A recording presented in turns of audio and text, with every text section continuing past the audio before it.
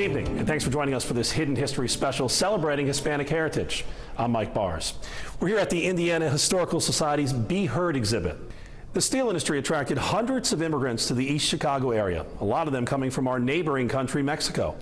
Tonight, we celebrate Hispanic Heritage Month by taking a look at how that ethnic group has shaped the history and the culture of our state. We begin in Valparaiso, where the oldest chorizo manufacturer in the country has its factory. El Popular is as popular as its name suggests. We went and met the father and son who are keeping their family recipes alive and sharing it with the entire country.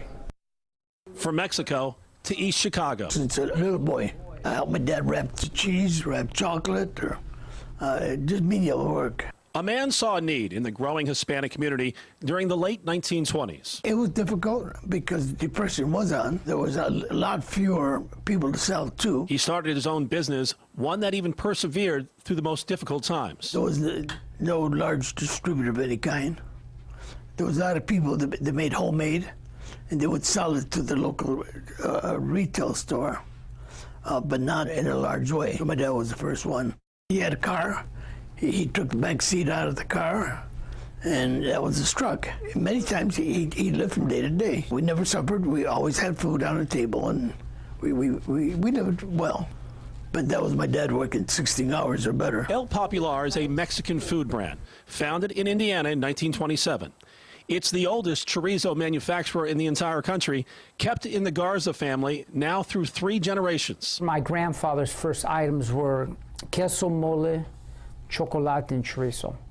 And so today what we do is we continue that tradition of those same items. El Popular has helped spread the flavors of Mexican food across our state. The Anglo didn't know nothing about Mexican food, except the people from the steel mills. They took their sandwiches, the Mexicans took their tacos, and they exchanged that work. The tacos for sandwiches or sandwiches for tacos. Yes. And people started learning about it. 10 years ago, most people had never even heard of chorizo. I'm talking not Hispanic.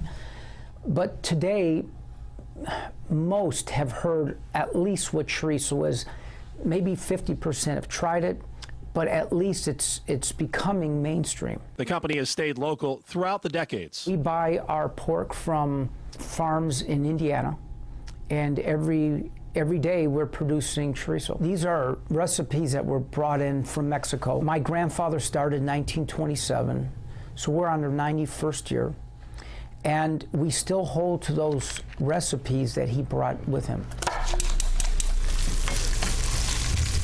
A staple of Mexican heritage, made in Indiana and served in restaurants and dinner tables across the United States. I've had a long history.